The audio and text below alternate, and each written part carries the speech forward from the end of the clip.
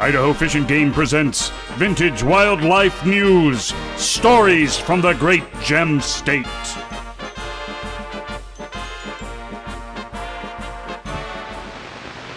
A Canada goose nesting survey is being made on the Snake River. A 28-mile stretch of river lies between Glenn's Ferry and the Bruneau Bridge.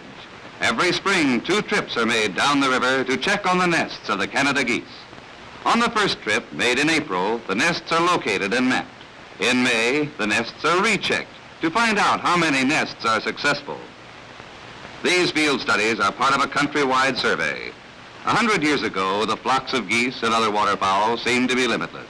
Since then, such serious inroads have been made upon their numbers that careful watch is kept to see how the flocks are faring.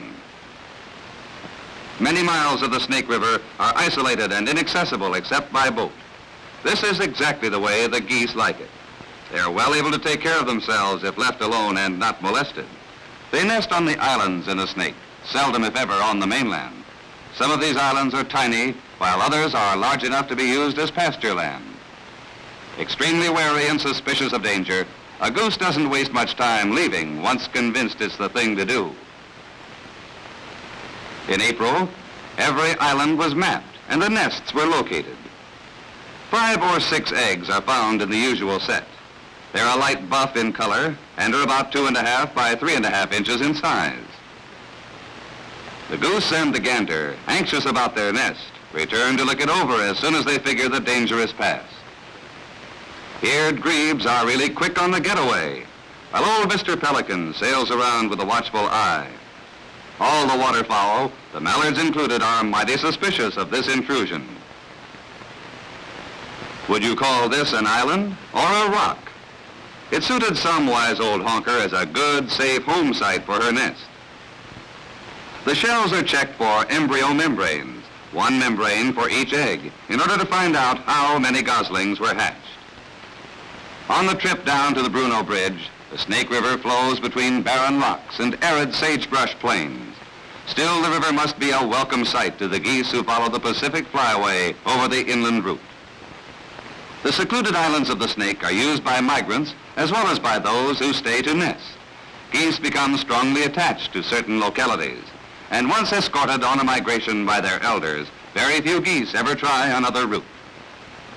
Along the river, they find plenty of food. Geese eat grass more so than any other waterfowl. The first approach of danger brings a warning from the sentinel goose, and every head comes up in a quick alarm. These 3-day-old youngsters were able to swim as soon as they were dry. They hatch covered with down. They're yellow for the first week until darker feathers replace the down. Both the goose and the gander keep constant care of their family. They're ready at a moment's notice to protect their brood. Sometimes cold eggs tell of a nest abandoned by the goose. The goose may have met with disaster while feeding, or the nest may have become dangerous and untenable. The Canada goose commands respect. Their almost unbelievable migrations and the mystery which surrounds the summer homes of many of them makes them of intense interest. Study in the field, especially at the nesting grounds, may bring some answers to the unsolved questions. One thing for certain, the Canada geese will be back next spring. This edition of Vintage Wildlife News has been presented by the Idaho Department of Fish and Game.